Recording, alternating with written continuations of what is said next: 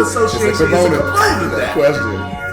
Yeah. We just need a good facilitator to make that happen. There you go. So thank you, Evan. Are you stepping up to that plate? Talk to my wife first.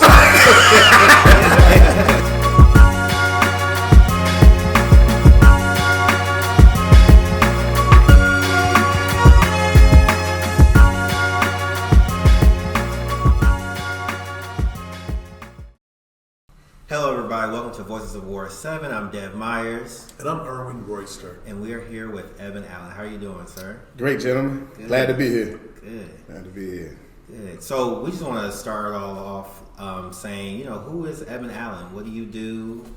How do you contribute to the ward? Who is Ebbon Allen? Excellent. First of all, I want to thank Devin and Erwin for having me on Voices of Ward 7. I'm Ebbon Allen, second generation Ward 7 native. My dad grew up in Lincoln Heights. My mother grew up in Marshall Heights. And so I actually attended school, C.W. Harris Elementary and Fletcher Johnson Educational Center. And so basically just went to school in Atlanta, Georgia, Morehouse College. And from there came back to the city and just hit the ground running, ready to give back to the youth and to the community at large. And so I was an ANC commissioner for 2 terms, had some great accomplishments with ANC work, had a lot of events. Started a Black Kings That Read literacy at C.W. Harris Elementary. And my greatest accomplishment is I'm a proud husband and I'm a father of 3 sons. So that's pretty much a little bit about Ebbon Allen. Wow. So Ebbon, you know what? What was the motivating factor that brought you back to Ward 7 and then in your community? Yes. Well, growing up, I dealt with a lot of trauma. Seen a lot of, some of my friends and families go through, just different circumstances, situations within my community and neighborhood. A lot of public safety, a lot of crime, a lot of shootings, poverty definitely took precedence within my community. And so I knew that it was God sent to be able to come back and invest and educate and empower, the people that surround me and give them the opportunity to have hope and pride and take advantage, some of the resources of where they live and just become game changers. That became very important to me. And then I lost my brother to gun violence, and my father died at the age of 35 years old. So being able to understand with young men in the inner city what they deal with and how they need support, love, and elevation, that's definitely been a passion of mine to be able to work with young men within Ward 7 and throughout the Washington, D.C. area. Yeah, and Ebbon, I have to say, your passion is realized in the accomplishments that you have done with the Marshall Heights area or the greater Marshall Heights area. Mm-hmm. So you grew up on what street? Hannah Place. Hannah Place. Yes. Okay. Great Hannah Place. Okay, and Hannah Place is kind of a tough little area right now. Yes, it is. Because we're surrounded by Benton Terrace and we're also surrounded by Benton Park and the Hillside Road. So yes, we definitely deal with a lot of public safety, lack of employment, affordable housing, and education. Has been some key components of what's been stifling a lot of the families and kids that live within those particular communities. And then we do have a brand new recreational center, the Woody Ward Rec Center, that I play a key component in advocating for the people of Benton Park, for Woody Ward to open up its doors, so we can try to change the trajectory as far as those families and generations that's been been hampered by the circumstances of being in poverty and dealing with crime on a daily basis. Tell us about that process. I was gonna say you light up when you talk about the Woody Ward Rec Center. Just tell us about that. Yeah, so I actually started when I came back home. I coached basketball at it was Benton Park back then. Okay. So I coached boys basketball there, and so I just saw that the development. I'm like, this needs room for improvement. And so then I learned more about ANC work, and so eventually I ran for ANC commissioner, and then the community started speaking up once they knew I was elected as an ANC commissioner. They said, Ebbon, we need a brand new rec center. Mm-hmm. And so from there, we're public servants, so you listen to the people, and then from there you advocate and you take the steps to make sure these things come into fruition. And so Mayor Bowser, Vince Gray, and ANC 70 all collectively we worked as a village to make this accomplishment happen. Mayor Bowser spent $11.2 million on that project. And so you guys, I would suggest and invite anyone in Ward 7 in DC to take a tour of the Woody Ward Recreational Center. 5100 7th Avenue Southeast. Let me tell you. So I can tell you firsthand. There's boxing there. It is. There is a little pom-pom squad. The pom-pom squad, volleyball. You got seniors that are there. You do. You sure that do. rec center has a lot to offer. What did they have? And then we don't realize that rec center has a lot of land around. It does. And I think, is that an Olympic-sized pool that's there? Not Olympic size, but it's very nice size. Yes. A large pool. Very large pool. Yes. And so historically, have people taken advantage of the Woody Wood Rec Center? Yeah, when I was growing up, it was a community. The village, all of my friends, and all of my parents' friends, they definitely utilized Woody Wood Rec Center. My uncles, they play basketball outdoors. The outdoor basketball courts, they have tennis courts. There's a soccer court that's also there. So, they definitely took advantage of, what was offered, at Woody Wood Rec Center. But back then, it was, of course, called Bennett Park. And so Councilman Gray helped with the Designation Act to rename it to the Woody Wood Rec Center. And Woody Wood was a phenomenal man within the community. He was a father figure, a mentor, a coach. He opened his arms for me to be able to come back and coach the boys. He said, Ebbon, you had to be committed and dedicated to working and coach these young men, because you have to be more than just a coach. You got to be a father figure and a mentor to change these boys' lives and empower and inspire them.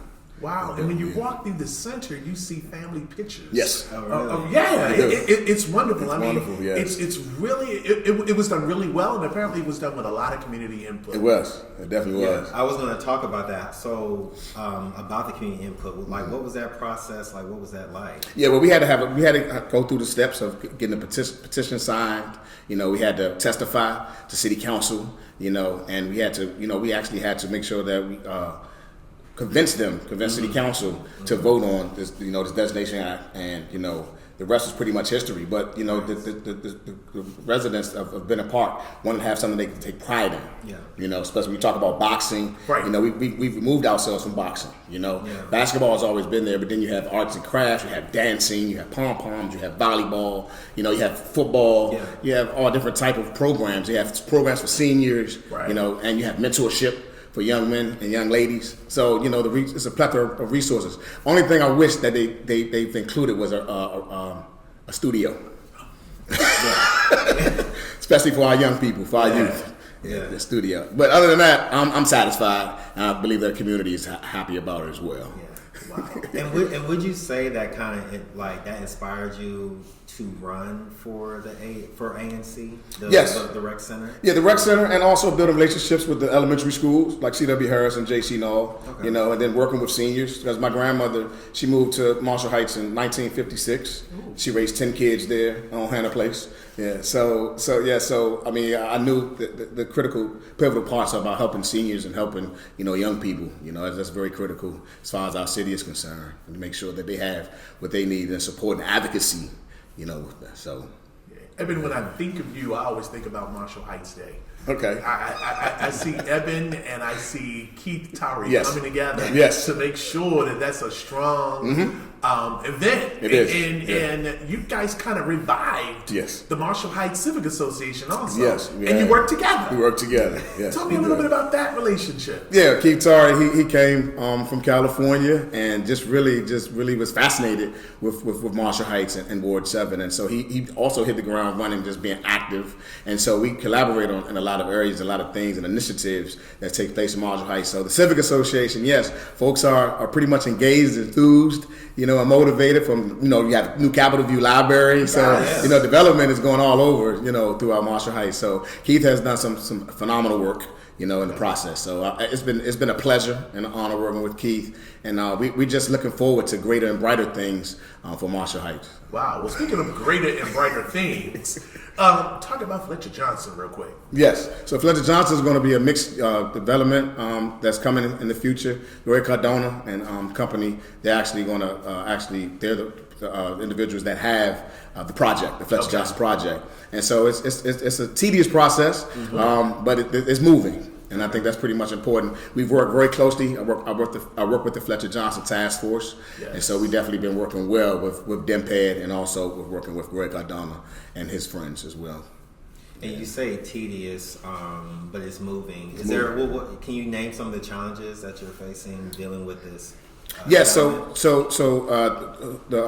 person that was delegated for DepEd, it was a change in office, like positions, and so now we have somebody new on board, and so now we're working with that new individual that's working on the project with us. So I think certain things happen, so we revisit, and hopefully everyone's optimistic about pushing. You got to be. Yeah. So I think we're excited. The task force is working with DepEd and also with ANC 7E, who becomes an intricate part of the commissioners. Having their input and advocacy for that project as well. So things are looking great so far.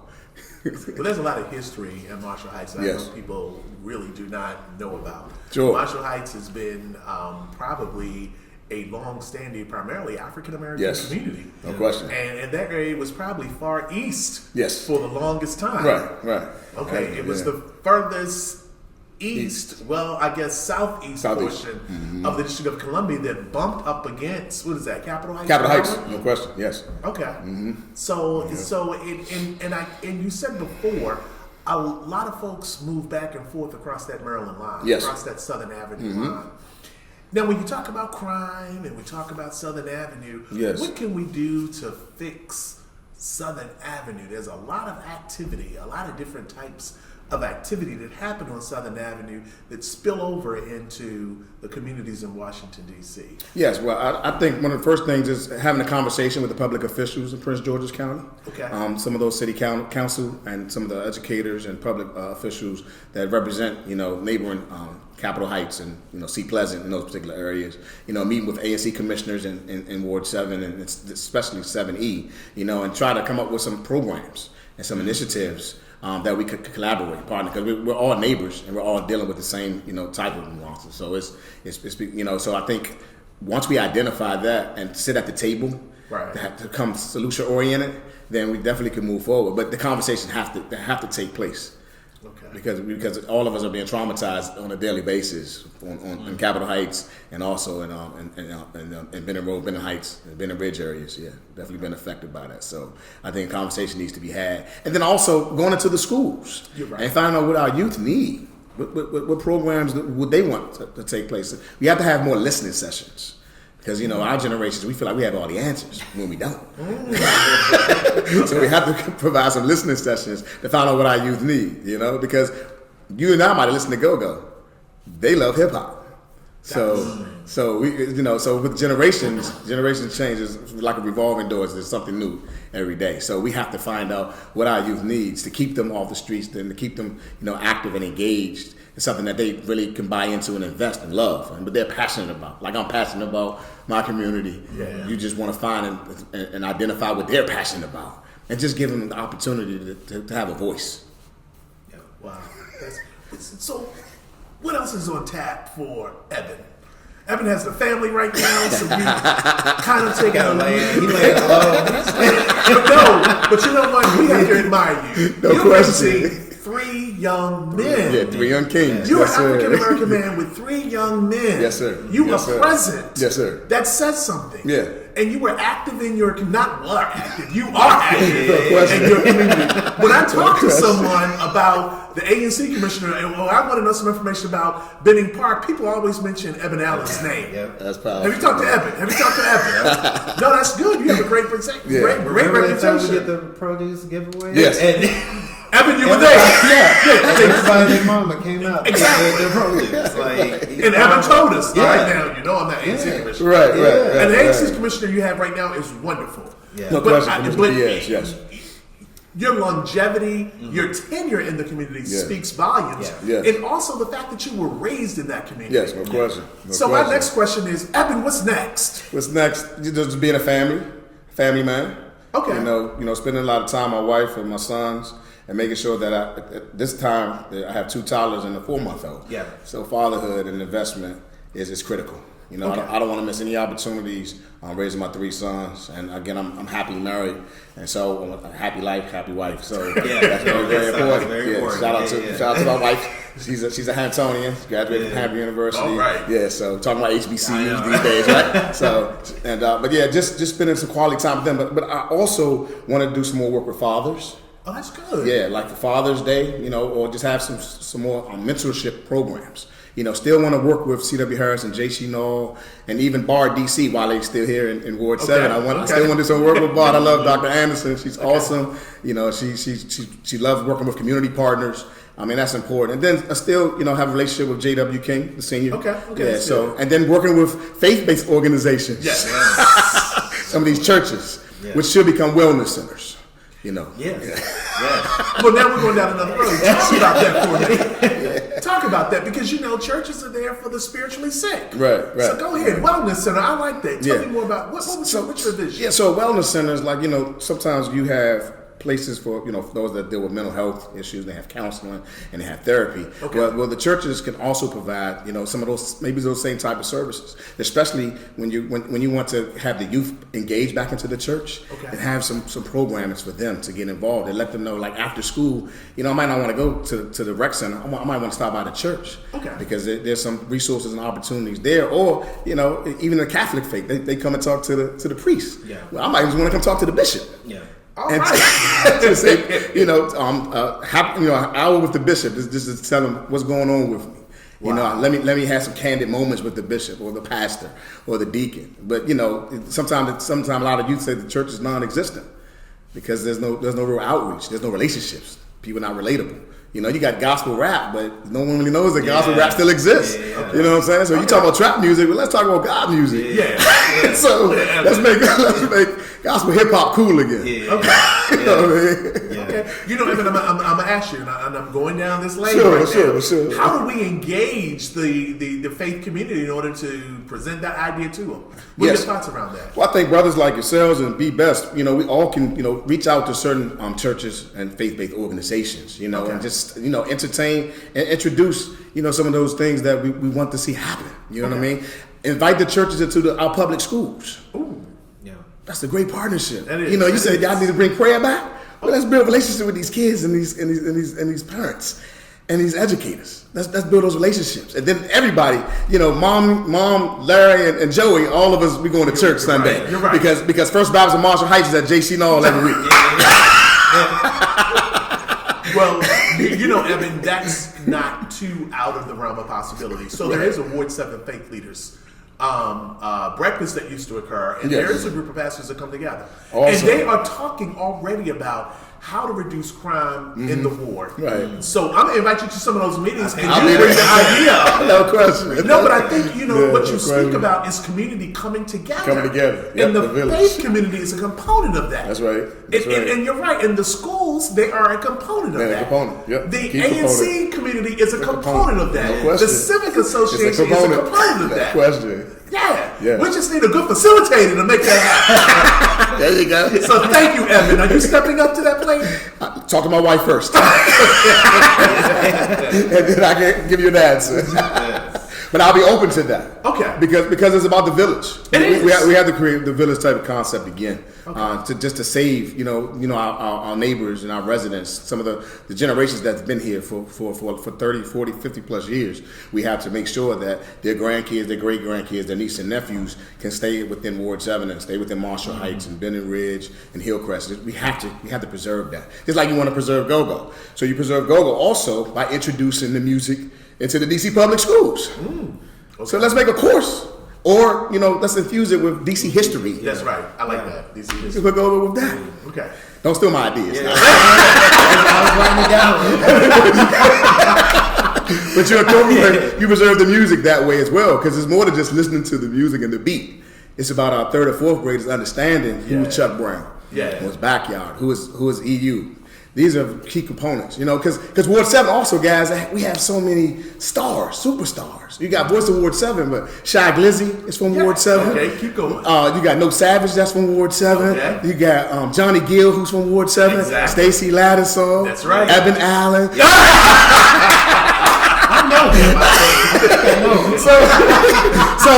But we have so much rich history, you know, within our entire ward. The kids don't really know, because some of the kids are getting confused because Ward 7 has the southeast quarter and northeast quarter, but some of the people get confused. They think they're in Ward 8. Yeah, that's true. But you're not. Right. Ward 7. Yeah. Yes. You know, so and then you have NFL players like Jalen Twyman and Parnell Motley, H.D. Woodson. Yeah, You're It's right. nothing but Byron Leftwich was just about to become a head football coach in the NFL. Yeah. That's Ward 7, man. Go ahead. I light up, right? No, but you know, Evan, we need that. Right. And we need that energy to be infused at meetings, at anything we have, Right. to let folks know what's in Ward 7. No question. That's key. So this is good. This is great. really good. This is really Wow, I learned a lot, Evan. good. No, I learned a lot too. Yeah. And I'm learning from you guys as well. Well, no, Evan, this is wonderful. Mr. Ebbon Allen, Yes, right here, yes. Voices of Ward 7. Put the 7 up. Evan, this is great. Evan, this Thank is you guys for great. having me. Well, it was fun having you here. This Yes, sir. is a wonderful This is experience. good. Yeah, Good conversation. A good experience. We Yeah. got to have you back. Okay, Yeah. I'd love to come back. Yeah. All right. We Thank got to you bring so some more energy, more people like you to come Yeah. and sit and talk. We got to do a little round table. You do a round table. Yeah, That'd be excellent. definitely. Yeah. Come up with some solutions. There you go. Key solutions. That's the word for the day. Solutions. Solutions. Yeah. Solutions. This is good. Thank you, Evan. Thank you guys, man. Thank you. And we thank for folks listening to the Voices of Ward 7.